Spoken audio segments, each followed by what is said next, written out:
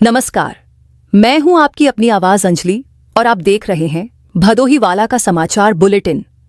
आगे बढ़ने से पहले अगर अभी तक आपने हमारे चैनल को सब्सक्राइब नहीं किया है तो कर लीजिए। आइए नजर डालते हैं आज की प्रमुख खबरों पर। बुलेटिन की शुरुआत करेंगे अन्नदाता की खबर से। गंगा की बाढ़ ने जिले के किसानों को गहरी चोट पहुंचाई है। बाढ़ से गंगा के तटवर्ती 46 गांवों में से 27 गांव ज्यादा प्रभावित हुए हैं। बाढ़ से इन गांवों के तकरीबन 200 किसानों की 920 बीघा 184 हेक्टेयर धान, बाजरा, दलहन आदि की फसल नष्ट हो गई। कृषि राजस्व और बीमा कंपनी के सर्वे में फसल क्षति के ये आंकड़े सामने आए हैं। हालांकि हकीकत में नुकसान इससे कहीं अधिक हुआ है। अब किसानों को क्षतिपूर्ति देने की कवायद शुरू हो गई है। जिले के दक्षिणी छोर पर गंगा का दायरा तकरीबन 45 किलोमीटर तक फैला है।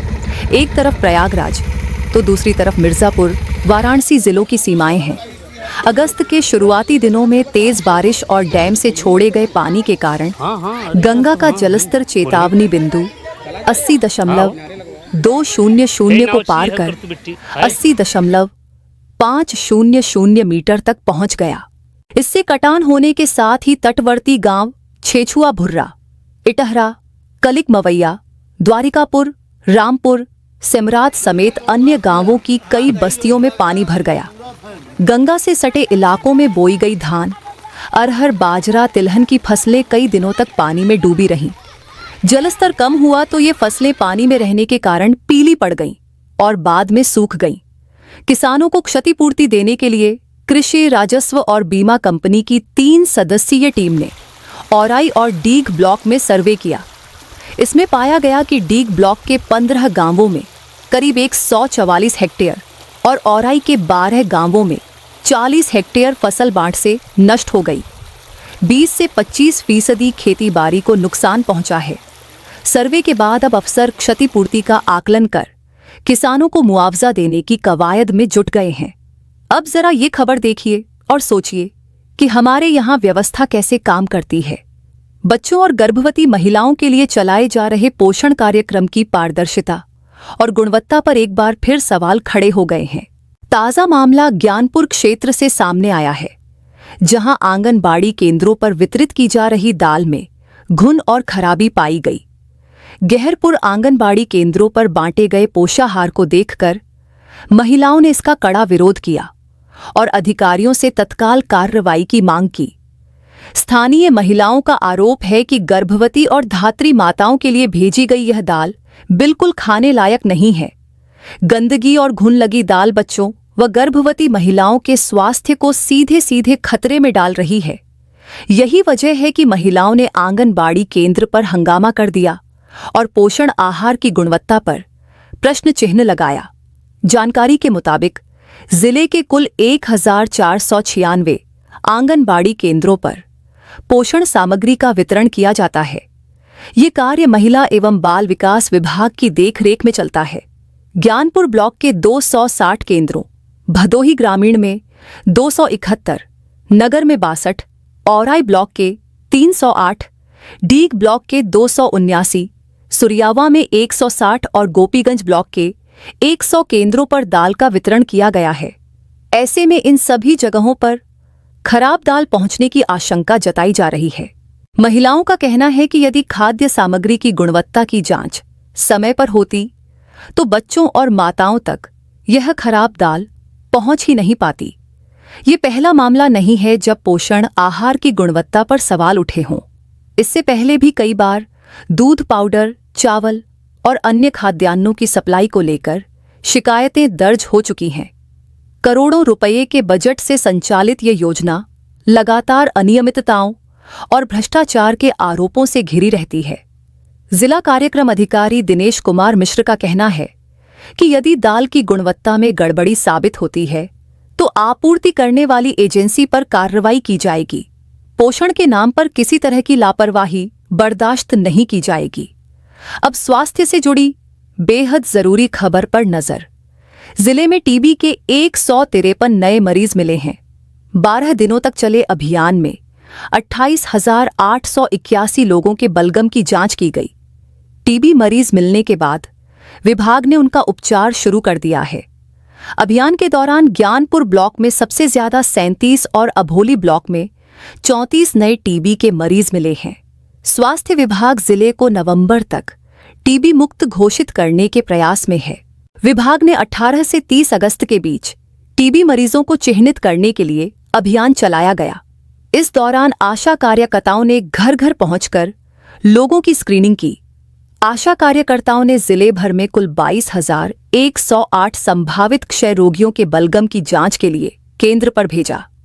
इसमें से 18,881 के बलगम की जांच कराई गई।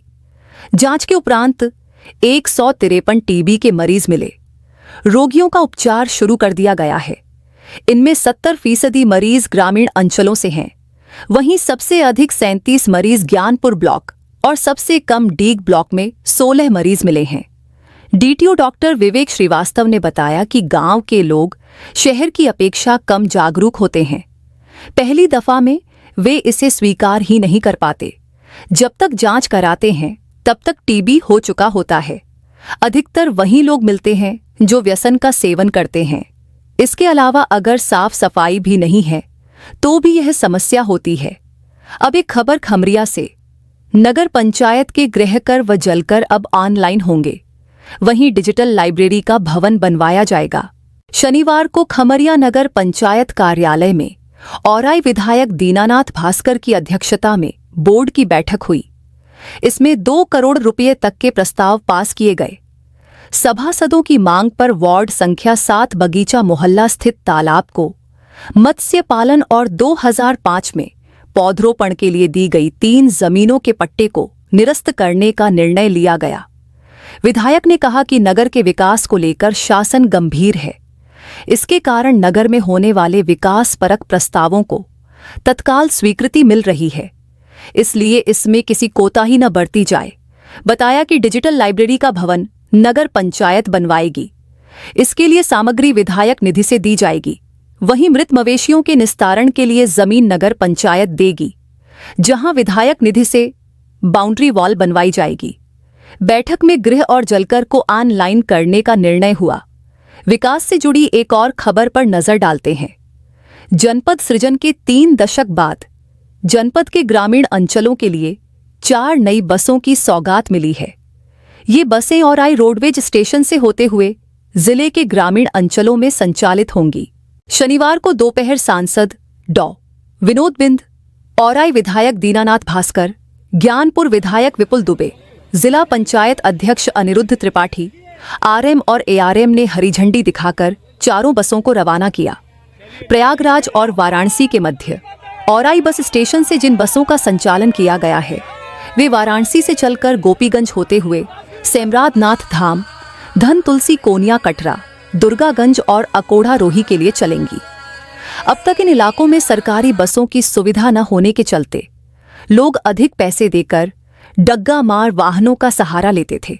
औराई बस स्टेशन 3 एकड़ में फैला हुआ है, जहां 50 बसों के रुकने के लिए लंबा चौड़ा परिसर, प्रतीक्षालय, सुलभ शौचालय समेत अन्य मूलभूत सुविधाएं मौजूद हैं। अब शिक्षा जगत से जुड़ी खबर पर नजर। जिले के 40 परिषदीय विद्यालयों में बच्चों की उपस्थिति सुधर नहीं रही है। चेतावनी के बाद भी स्थिति बेहतर न होने पर बीएसए ने स्कूलों के प्रधानाध्यापकों को नोटिस जारी किया है। 15 दिनों में विद्यालयों की प्रगति ठीक न होने पर वेतन रोकने की चेतावनी दी है। जिले में कुल 885 प्राथमिक, पूर्व माध्यमिक और कंपोजिट विद्यालय संचालित होते हैं। इनमें 1,37,000 बच्चे पंजीकृत हैं। परिषदीय विद्यालयों में बच्चों का नामांकन और उपस्थिति बढ़े, इसे लेकर शासन प्रशासन की ओर से कई कार्यक्रम संचालित किए जा रहे हैं। एक ओर जहां हर बच्चे को निःशुल्क पुस्तकें मुहैया कराई जा रही हैं, तो वहीं बच्चों के यूनिफॉर्म, जूता मोजा, स्वेटर आदि के लिए 1200 रुपये की धनराशि डीबीटी के जरिए अभिभावकों के खाते में दी जा रही है। अप्रैल में शिक्षा सत्र शुरू होने और जुलाई में दोबारा विद्यालय खुलने पर स्कूल चलो अभियान के साथ अन्य कार्यक्रम आयोजित किए गए, ताकि विद्यालयों में बच्चों की उपस्थिति अच्छी हो सके। अभियान में कई विद्यालयों के शिक्षकों ने मेहनत किया और उनके यहाँ नामांकन भी बेहतर हुआ और बच्चों की उपस्थिति भी ठीक है। लेकिन 6 ब्लॉक के 40 विद्यालयों में नामांकन जहां 50% भी नहीं है, वहीं उपस्थिति 70% से कम है। शहर कोतवाली क्षेत्र के नेवादा पुलिया के पास शुक्रवार की रात एक दर्दनाक हादसे में 24 वर्षीय युवक की मौत हो गई, जबकि 4 लोग गंभीर रूप से घायल हो गए। घटना उस समय हुई जब 2 बाइकों की आमने सामने भिड़ंत हो गई। हादसे के बाद इलाके में मातम पसर गया और मृतक के परिजनों ने कार्रवाई की मांग की है। जानकारी के मुताबिक शुक्रवार रात भदोही सुरियावा मार्ग स्थित नेवादा पुलिया के पास बाइक से मेला देखकर लौट रहे छात्र अजय सरोज 24 की बाइक सामने से आ रही दूसरी बाइक से टकरा गई। टक्कर इतनी भीषण थी कि अजय की मौके पर ही मौत हो गई, जबकि दोनों बाइकों पर सवार 4 युवक गंभीर रूप से घायल हो गए। घटना की सूचना मिलते ही पुलिस मौके पर पहुंची और घायलों को जिला अस्पताल में भर्ती कराया, लेकिन चिकित्सकों ने अजय को मृत घोषित कर दिया। अब आखिरी में एक ऐसी खबर नजर जो चर्चा का विषय बना हुआ है। थाने से भागा फिल्मी स्टाइल में आरोपी। भदोही में पुलिस का जलवा अक्सर सुर्खियों में रहता है, लेकिन इस बार एक आरोपी पुलिस को ही छकाकर थाने से 9-2-11 हो गया।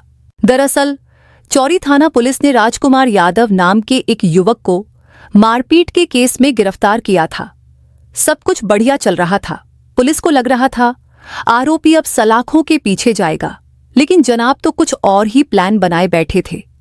मौका मिला और थाने से ऐसे फुर्र हुए कि पुलिस वाले मुंह ताकते रह गए। अब पुलिस खाक छान रही है, कभी गांव में, कभी रिश्तेदारों के घर पर साहब हैं कि पकड़ में ही नहीं आ रहे। थाने से भागने का ये कारनामा गांव में चर्चा का विषय बना हुआ है। आज के लिए इतना ही, कल फिर मिलेंगे। तब तक के लिए नमस्कार।